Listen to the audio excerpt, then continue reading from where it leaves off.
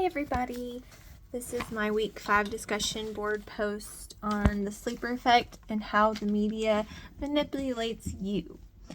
These are my 5 takeaways. My first one is about the media tidal wave.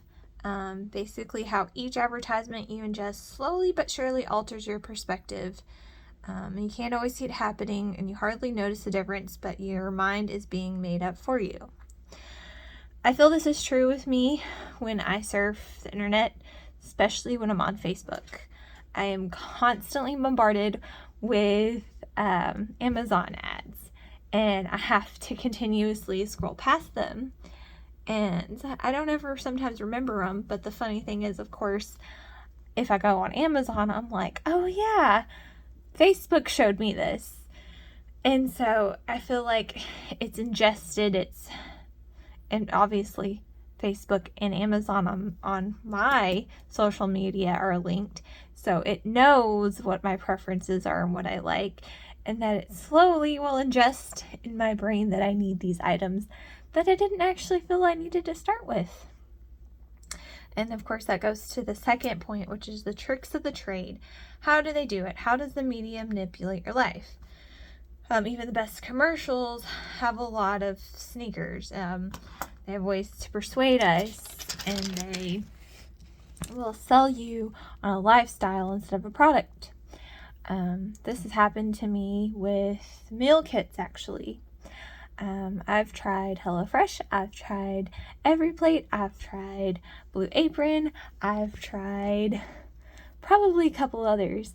And I kept telling myself I was not going to do another meal kit because every time I do, I forget that's set up on auto pay, and sometimes my money's not in my bank account and it'll like mess me up.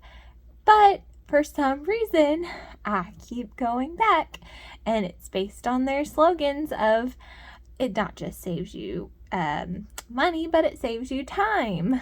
And I love that. So I will go back to it.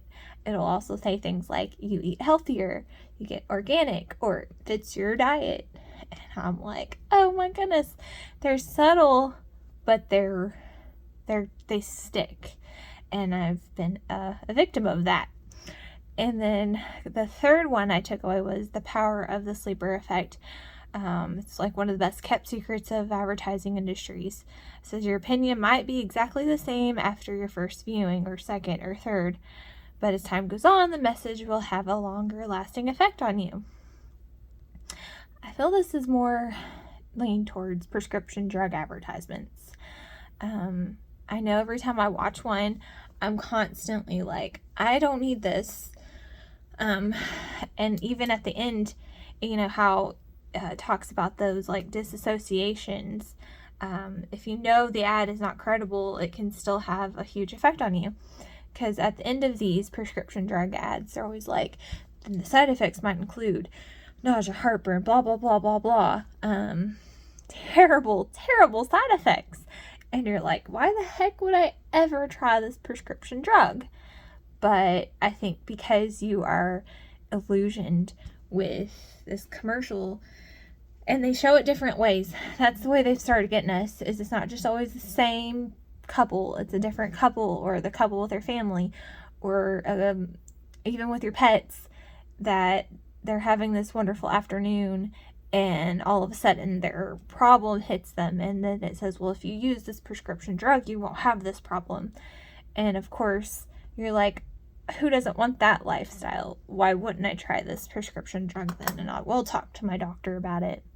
So of course, that sleeper effect works on you, even though in the past you're like, I've tried other prescription drugs and they said the same thing and they didn't work either.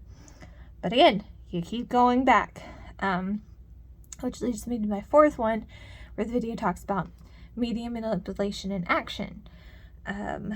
So like how even the news articles people write will say at the end, this is not credible. Not all the information is credible.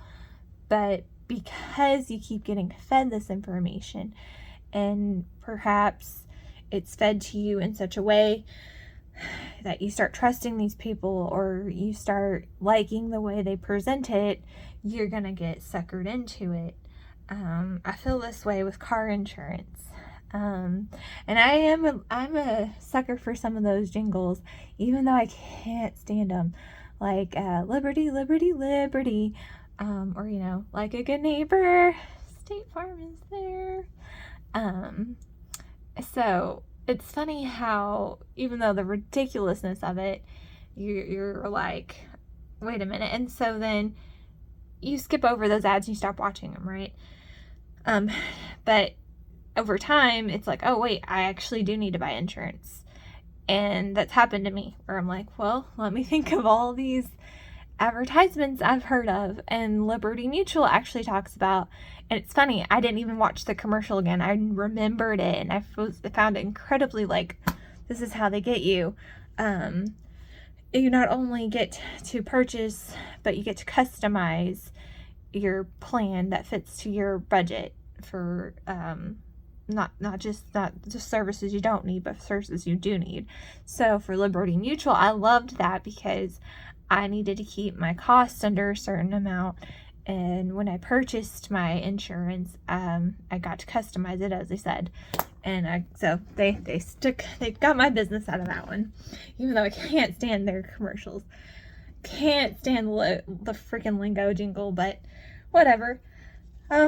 So sleeper effect is real in that, in my opinion, which leads you to like the fifth one about how repurposing of sleeper effect, how Hovland and Siri, and how people wanted to figure out ways to reconnect with that.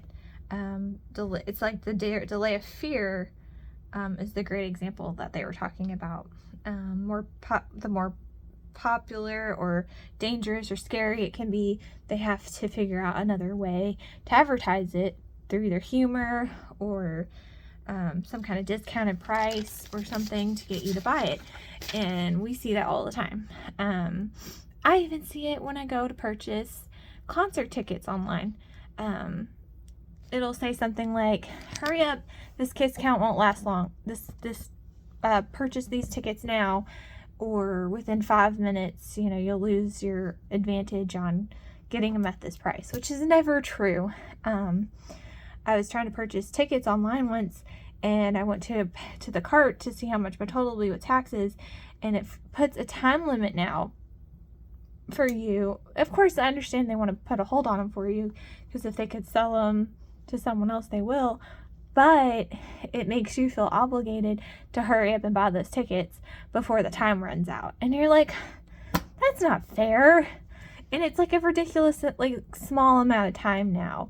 And I've been a sucker to that. It's sad. And then you'll have those advertisements too that say things like, hurry up, this offer won't last long. If you purchase today and today only, you'll get an extra blah, blah, blah off of it.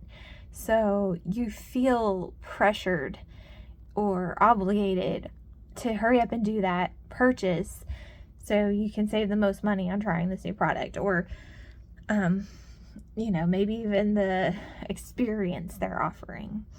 And no one likes to think, of course, I will say, the more I watch this, it baffles me that it is a real effect.